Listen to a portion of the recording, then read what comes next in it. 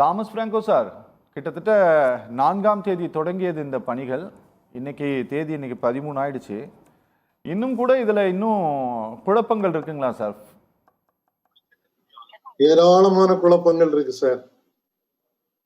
நான் இந்த அரசியல் கட்சிகளுக்குள்ள உள்ள குழப்பத்துக்கு போகல.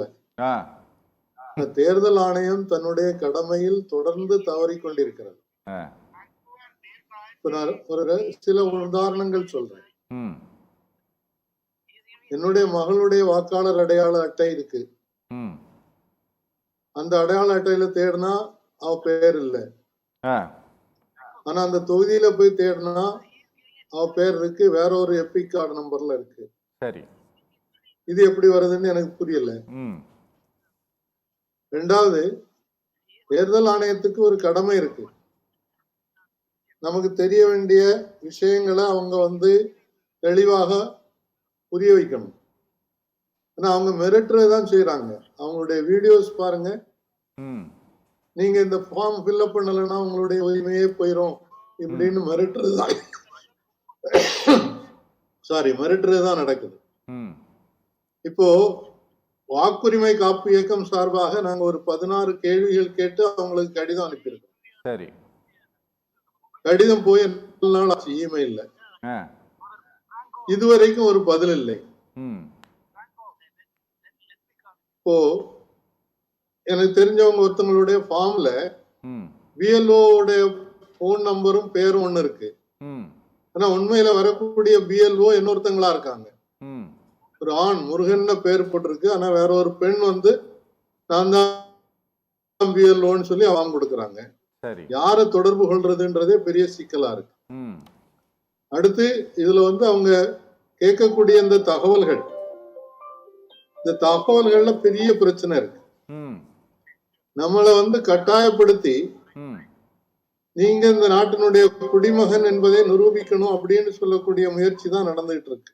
ஓகே, இதுதான் ஒரு பெரிய பாதிப்பாக இருக்கு. இப்ப என்னுடைய பேரு 2002 இல்ல, ஏன் இல்லன்னு எனக்கு தெரியல. நான் அப்ப அதை ப்ரூவ் பண்றதுன்றதே ஒரு பெரிய கஷ்டமா இருக்கு. ஓகே, சோ அந்த விதத்துல தேர்தல் ஆணையம் ஒரு அவசரத்தில் அழித்தொழித்த கோலம் மாதிரி இந்த வேலையை ஆரம்பிச்சிருக்காங்க. இப்ப நேற்று பாத்தீங்கன்னா வெள்ளூர்ல கலெக்டர் இல்லம் தேடி கல்வியினுடைய தொண்டர்கள் எல்லாம் கூப்பிட்டு நீங்க எல்லாம் ஹெல்ப் பண்ணுங்க, எங்களால வேலையை முடிக்க முடியலன்னு கேக்குறாங்க. ஏன் இந்த மாதிரி அவசரமா எனக்கு புரியவே இல்லை. இதுக்கு முன்னால நடந்த பணி 2003 பொறுத்தவரையில 2003, 2005 2 தடவையா பண்ணிருக்கிறாங்க. ஓகே, ஆனால் இந்த தடவை ஒரே ஒரு மாசத்தை கொடுத்து அதுக்குள்ள நீ ஃபார்ம் ஃபில்அப் பண்ணி கொடு.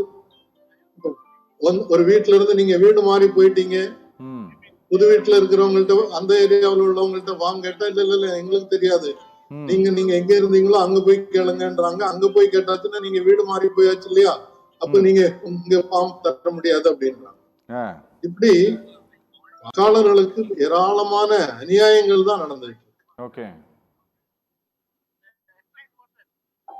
சார், இந்த எல்லோரையும் அடுத்தடுத்து கேட்டு போற அந்த அந்த அந்த சங்கிலி தொடர் இருக்குல்ல சார், இந்த எஸ்ஐஆர்னுடைய நோக்கம் இறந்தவர்களை நீக்கி யாரெல்லாம் உயிரோடு இருக்கிறாங்களோ அவர்களை மட்டும் வாக்காளர் பட்டியலில் இடம்பெற செய்வதுதான் இதனுடைய நோக்கமா சார்? சார், அப்படி ஒரு நோக்கம் இருந்ததுன்னு சொன்னா ரொம்ப சிம்பிளா அவங்க என்ன செய்திருக்க முடியும்னு சொன்னா, பர்த் அண்ட் டெத்துக்கு ரெஜிஸ்டருக்கு இது இப்போ எல்லாமே ஆன்லைன்ல தான் இருக்கு தமிழ்நாட்டுல. அந்த லிஸ்ட் எடுத்து யாரெல்லாம் இறந்து போனாங்களோ அவங்கள சிம்பிளா டிலீட் பண்ணிருக்கலாம். ஓகே, அது நடக்கல. இப்ப என்ன நடக்குதுன்னு சொன்னா, டோட்டலா நீ ஒரு இந்த நாட்டினுடைய குடிமகன் என்பதை நிரூபிக்கணும் அப்படின்னு கேக்குறதா நடக்குது. 2003 அப்படி செய்யல. 2003 ஃப்ரெஷ்ஷா ஃபார்ம் பண்ணி ஃபில்அப் பண்ணி கொடுன்னு கேட்கல. சரி, அந்த தேர்தல் அலுவலர்கள் தான் தகவல்களை கேட்டு ஃபில்அப் பண்ணிட்டு போனாங்க. மாற்றங்கள் இருந்ததுன்னா மட்டும்தான் அதை அவங்க கரெக்ட் பண்ண வேண்டி இருந்தது. லேட்டஸ்ட் வாட்டர்ஸ் லிஸ்ட் அன்னைக்கு வச்சு அதை வச்சுதான் வேலை செய்தாங்க. சரி, இன்னைக்கு புதுசா ஃபார்மை கொடுத்து நீ இதுக்குள்ள சான்றிதழ் கொடு சான்றிதழ் கொடுன்னு சொன்னா முதல்ல சான்றிதழ் கொடுக்க வேண்டாம்னு சொல்லியிருக்காங்க. ம். ஆனா அல்டிமேட்டா நீங்க அதுக்கு ப்ரூவ் பண்றதுக்கு சான்றிதழ் கொடுக்கறதுக்கு தானே அந்த 12 லிஸ்ட் கொடுத்திருக்காங்க. சரி. அதுல பல சான்றிதழ்கள் கொடுக்கிறது சாதாரண மக்களுக்கு, வாடகை வீடுகள்ல இருக்கிறவங்களுக்கு, புலம்பெயர்ந்தவர்களுக்கு, இவங்களுக்கு எல்லாம் பெரிய கஷ்டமா இருக்கு. Okay sir. Okay okay okay okay பேசலாம். பிஜேபி சார்பா பங்கேற்றிருக்கக்கூடிய ஆதித்யா கேட்கிறாரு, 12 ஆவணங்கள் கேட்கிறாங்க 87க்கு முன்பாக பிறந்தவர்களிடம். இந்த ஒரு ஆவணம் கூட இல்லைன்னு சொல்றது பொய் இல்லையா? அது ஒண்ணு கூட உங்ககிட்ட இல்லையா அப்படின்னு கேட்கிறாருல, அது அவரு கேட்கறது ரொம்ப நியாயமாக தோன்றுகிறது. இல்ல, ஆ. இப்ப எனக்கு 67 வயசு ஆச்சு. ஆ. நான் இன்னைக்கு ஆ. இந்த ஆவணம் கொடுத்து என்ன நிரூபிக்கணும்ன்றதுக்கு என்ன தேவை வந்தது? புரியுது. எனக்கு ஏற்கனவே ஒரு எபிக் கார்டுன்னு சொல்லி ஒரு ஐடென்டிட்டி கார்டு கொடுத்துருக்கீங்க. ம். அதை வச்சு நான் இத்தனை தேர்தல்ல ஓட்டு போட்டுக்கிட்டு இருக்கிறேன். சரி. அந்த கார்டை கணக்கிலே எடுத்துக்கிட மாட்டேன். ம். அதுக்கு பதிலாக நீ வேற ஆவணங்கள் கொண்டு வரணும்னு சொன்னா அது என்ன நியாயம்ன்றது என்னுடைய கேள்வி. சரி. ரெண்டாவது, இதுல கொடுத்திருக்கக்கூடிய 12 ஆவணங்கள்ல ம். ஆக்சுவலா அந்த படிவத்தை எடுத்து பாருங்க, 13 ஆவணங்கள் இருக்கு. ம். 13வது ஆவணம் கேவலமா இருக்கு. பீகாரினுடைய லேட்டஸ்டா இருக்கக்கூடிய எலக்ட்ரல் ரோல் ம். 13வது ஐட்டமா கொடுத்திருக்காங்க. ஃபார்ம்ல பின்பக்கம் ஃபார்ம்ல இருக்கக்கூடிய இன்ஸ்ட்ரக்ஷன்ல பாருங்க. ம். இந்த உங்களுடைய குடியுரிமையை ப்ரூவ் பண்றதுக்கு இதுல 2 தான் வாய்ப்பு இருக்கு. ம். ஒண்ணு, உங்களுக்கு பாஸ்போர்ட் இருக்கணும், ம். இல்லைன்னா நீங்க கவர்மெண்ட்ல எம்ப்ளாயியா இருக்கணும், அல்லது கவர்மெண்ட்ல இருந்து ரிட்டையர் ஆகி ஐடி கார்டு வச்சிருக்கணும். மீதி எல்லா ஆவணங்களுமே ஒரு ஆவணத்தோட தீராது. ம்.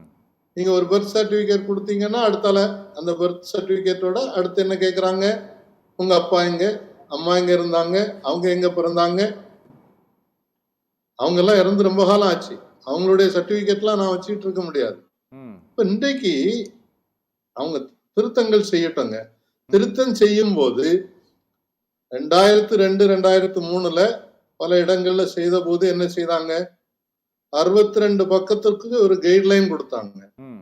அந்த கைட்லைன் தான் நீங்க அந்த 32வது பக்கத்துல நீங்க இந்த நாட்டினுடைய குடிமகன் இல்லைன்னு சொல்லி யாரையும் நீக்குவதற்கு அதிகாரம் இல்லைன்னு சொல்லியிருக்காங்க. ம். ஆனால் இன்றைக்கு என்ன முயற்சி நடக்குது? என்ஆர்சியில எப்படி நேஷனல் ரெஜிஸ்டர் ஆஃப் சிட்டிசன்ல நீங்க ஒரு குடிமகன் நிரூபிக்கணும்னு சொல்லி உங்க தலையில கட்டினாங்களோ ம். அதே வேலையை இப்ப செய்யறாங்க. ஓகே. இப்போ நேற்று தேவசகம் ஐயா ஒரு அழகான உதாரணத்தை சொன்னார். ஒருத்தனை கொல்றதுக்கு பதிலா ம். தற்கொலை செய்ய சொல்றாங்க. ம். ஒரு ஃபார்மை கொடுத்து, நீ ஃபார்ம் நிரப்பி கொடுக்கல, அது உன் தப்பு, அதனால உன்னுடைய குடியுரிமை போச்சு அப்படின்னு சொல்லி நாளை ரேஷன் கார்டை கட் பண்ணலாம், பேங்க் அக்கௌண்ட க்ளோஸ் பண்ணலாம், ஜெயிலையும் முடிச்சு போடலாம். ம். அந்த ஒரு மிகப்பெரிய ஆபத்து இதுல நடந்துகிட்டு இருக்கு. ம். இத தேர்தல் ஆணையம் செய்ய வேண்டியது அதனுடைய கடமை இல்லை. ம். ஒரு நாட்டினுடைய குடிமகனாக நான் இருக்கனா இல்லையான்றதை வெரிஃபை பண்ணணும்னு சொன்னா அதுக்கு உள்துறை அமைச்சகம் இருக்குது, அதுக்கு உள்ள சில ப்ரொசீஜர் இருக்கு, அதை செய்யணுமே தவிர ம். வாக்காளர் அடையாள அட்டையை கொடுக்கறதுக்கு நீ இதெல்லாம் கொண்டு வான்னு கேட்கறதுக்கு தேர்தல் ஆணையத்துக்கு அந்த தேவை கிடையாது. அது தேர்தல் ஆணையத்தினுடைய கடமையும் கிடையாது. இதுக்கு முன்னால ம். அது நிர்மலா சீதாராமன் சொல்லட்டு, வேற எத்தனை பேரும் சொல்லட்டு, ம். முன்னால நடந்தது வேற, இப்ப நடக்கிறது வேற. ம். அதுக்கு ஆதாரபூர்வமாக டாக்குமெண்டோட நான் சொல்றேன். 62 பக்கம் அந்த கைட்லைன் 2003 கைட்லைன் கையில வச்சிருக்கிறேன். ம். அது ரொம்ப தெளிவா இருக்கு. ம். இன்னைக்கு கைட்லைனே கிடையாதே. ஓகே. இன்னைக்கு கைட்லைன் என்ன இருக்குன்னு சொல்லி நான் ஆர்டிஐல கேட்கிறேன், அதுக்கு பதில் இல்லை. சிஓ தமிழ்நாடுக்கு லெட்டர் போட்டு கேட்கிறேன், பதில் இல்லை. ம். அதுல நாங்க என்ன கேட்கிறோம்? என்ன அடிப்படையில நீங்க இந்த முடிவு எடுத்து இப்படி செய்றீங்க? ஏன் இவ்வளவு அவசர கோலமாக செய்றீங்க? ம். நாளை என் பேர் விடுபட்டு போனால் ம். அதுக்கு யார் உத்தரவாதம்? ம். நான் ஃபார்ம் ஃபில்அப் பண்ணி கொடுத்துட்டேன் சார். ம். அதை ஒருவேளை அவங்க ஏத்துக்கலன்னு சொன்னா, ம். என்னுடைய குடியுரிமையே போகுதுன்னு சொன்னா அதுக்கு யார் உத்தரவாதம்? பிஎல்ஓவா, இஆர்ஓவா, டிஸ்ட்ரிக்ட் எலக்டரல் ஆபீசரா? யாரு பதில் சொல்லுங்கன்னா எதுக்குமே பதில் சொல்றதுக்கு தயாராக இல்லை. ம். ம். ரொம்ப அலட்சியமாக தேர்தல் ஆணையம் ஒன்றியத்துல இருக்கிறது நடந்துகிடுது, இங்க இருக்கக்கூடிய சிஓவும் நடந்துகிடுறாங்க. ஆ. நம்ம நாட்டை பொறுத்தவரையில குடியுரிமை கொடுக்கும் போது என்ன நோக்கம் இருந்தது? இந்த நாட்டுல இருக்கக்கூடிய எல்லோருக்கும் வாக்குரிமை கிடைக்கணும்னு சொல்லி. ஓகே. இன்னைக்கு இருக்கக்கூடிய வாக்குரிமையை பறிக்கக்கூடிய முயற்சி தான் நடக்குது. அதுதான் வன்மையாக கண்டிக்கிறோம். ஓகே. நாங்க ஒரு ஆலோசனை சொல்றோம், வாக்குரிமை காப்பு இயக்கம் சார்பா.